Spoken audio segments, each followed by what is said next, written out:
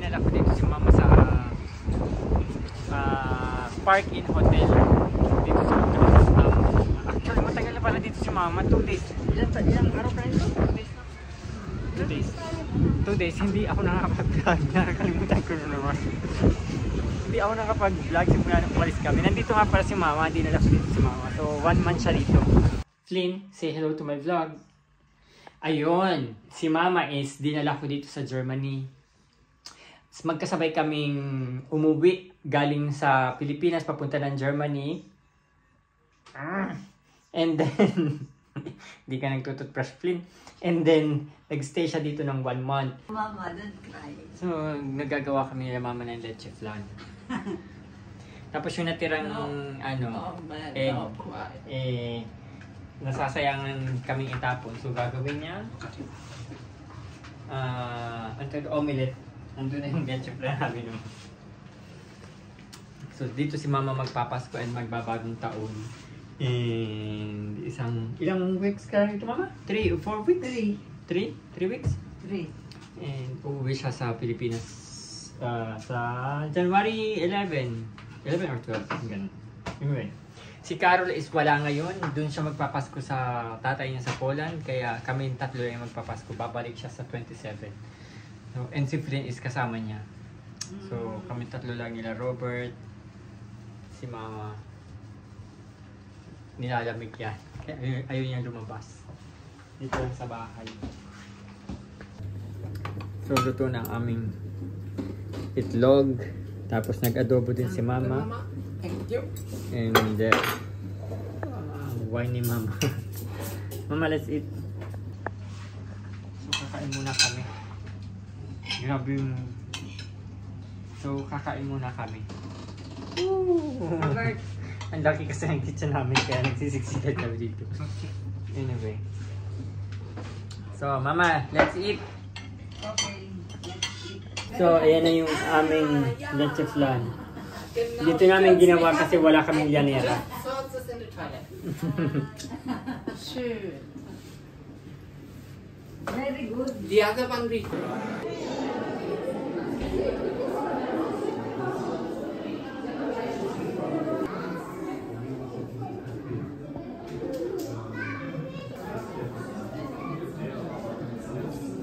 Na-meet niya yung nanay ni Carol, pumunta kami ng museum, tapos nag-dinner, tapos syempre na-meet niya na rin si Robert at si Carol.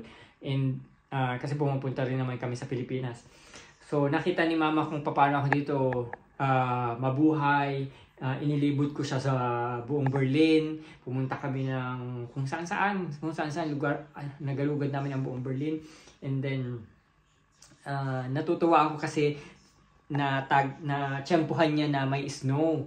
Tapos tuwang-tuwa si mama pag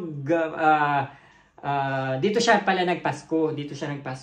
And tuwang-tuwa siya kasi first time niya makakita ng snow. Dito siya nagpasko and then dito din siya nag-New Year. Ang first snow experience si mama. Mahalo-halo. Maghahalo-halo na daw siya. Sige na, dali mo na dun sa, parang ano yung sa rasons. Yung rasons, ganito kapino yung rasons, diba mama? Magdala ka na sa Pilipinas.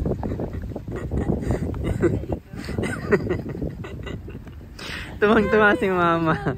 Tuwang-tuwa. Saglit nagtatawag si Carol. Nasa work ako, siya yung nag-aalaga kay Flynn. Siya yung lumalabas dito kay Flynn.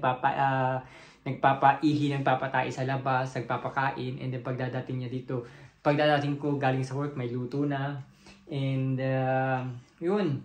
And then yun nga, 1 buwan lang dito si mama. Baka bumalik siya dito ngayong, pag hindi ngayong summer, next year na. Kasi kailangan muna natin mag-ipon ng pamasahe. Hindi ko alam kung kasama si papa. So ito pepper. Okay. si mama kasama namin. Tapos si Flynn. Namimili kami ng pantan ni mama doon sa garden niya. So, dati napapanood lang kami ni mama, tapos ngayon kasama na siya. So bibili kami ng, ano bibili natin? Flashlight daw. Kasi si Papa gusto magpabili ng flashlight. Ewan ko ba kung anong difference ng flashlight sa Pilipinas ng flashlight dito. Gusto pa dito magpabili. So, bibilihan namin. Titingnan namin dito sa hardware. So, ito yung nakuha naming flashlight. So, nagbas kami ni Mama, tapos kakababa lang namin. Ano yung snow, ang tawag doon? Kumakapal. Ang dulas ng daan. Si Mama natutuwa sa snow. Sinasalo po. Sinasalo na naman. Natutunaw naman. Wala nito sa Philippines. Wala sa Philippines. Wala. Dito lang. Tapos kami nila Robert may sakit. Inuubo. Si Robert may lagnat. Pero si Mama hindi nakahawa. Matibay ang resistensya nitong matandang ito. Kulang pa ang lamig. Siya pa yung nagpapainom sa akin ng gamot, naghihilot pagagabi. Kasi parati akong inuubo paggabi. Tapos, yun, hindi siya nakahawa. Sabi mo, Mama, natatakot ako sa iyo. Ano, baka di mo kayanin ang lamig. Oo. Ang pala siya ang hindi kakayanin. 67 na yan si Mama, hindi halatang 67. Ay naku Mama, ang lamig. Kulang pa yung lamig. So, yun yung palibot namin. Ingat ka Mama sa paglalakad ha, at madulas. Madulas! Sige. Madulas! Hindi mo lang nararamdaman na madulas, pero madulas yan. Mamaya mag-ano ka na lang dyan ulit, mag-baliktad ka na lang. So, nag-ano kami, nagbili ng pasalubong para kay Papa. Tapos, ayan, nag-i-snow. Ang lamig.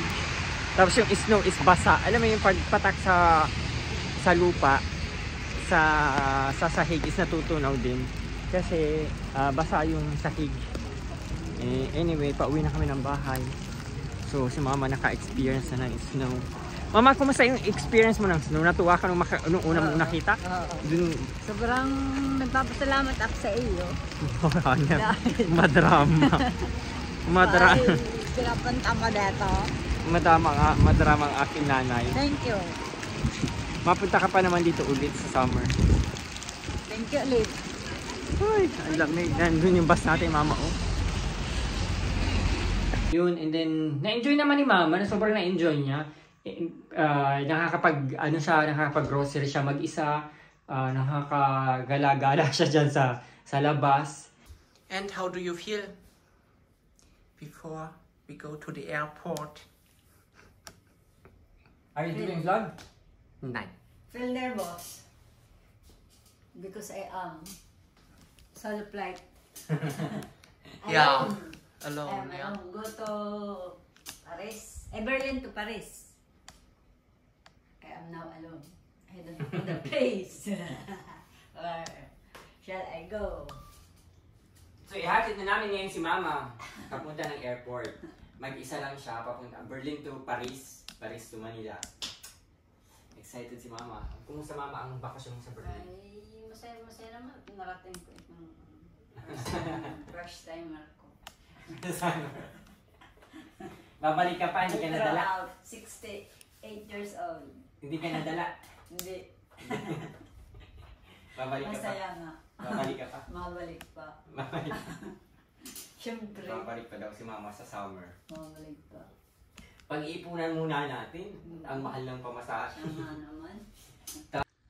So, ihatid na namin ngayon si Mama papunta ng airport. Mag-isa lang siya papunta Berlin to Paris, Paris to Manila. Excited si Mama. Kumusta Mama ang bakasyon mo sa Berlin? Ay, masaya naman. Narating ko itong first timer ko. Babalik ka pa, hindi ka nadala? Out, 68 years old. Hindi ka nadala? Hindi.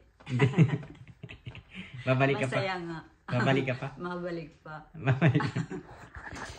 Babalik pa daw si Mama sa summer. Mabalik pa.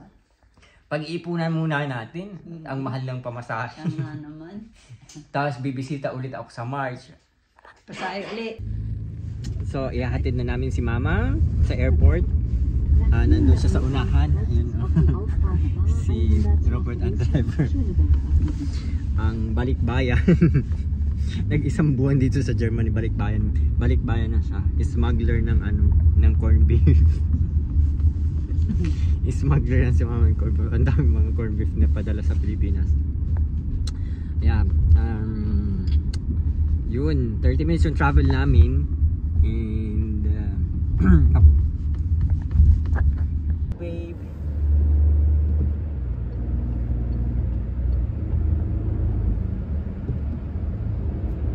I hate to go. I'm leaving on a jet plane. I don't know when I'll be back again.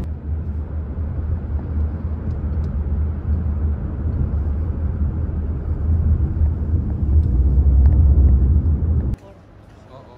Hindi ito yung boarding time. Ngayon ay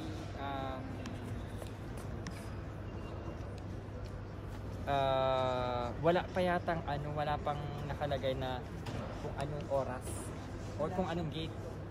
Ich hätte schon mal. So nandito na kami sa Berlin Airport. Si Mama kasi si Mama is 68 na. So kinuhaan ko siya ng assistance na mag-a-assist sa kanya pag-transfer ng gate para hindi siya mawala sa airport. Kasi di ba 2 hours lang yung pagitan pag-transfer. Yung interval, so kailangan niya ng assistance. So kinuhaan ko ng assistance, libre naman. After that, inhatid na rin namin si Mama, mag-isa siyang umuwi sa Pilipinas. But nakaya naman niya, nakarating siya ng hindi nawala. Nakarating siya sa Pilipinas. So yun lang guys, thank you very much for watching and I will see you. I hope na-enjoy yung vlog namin for today. I will see you again on my next vlog. Bye!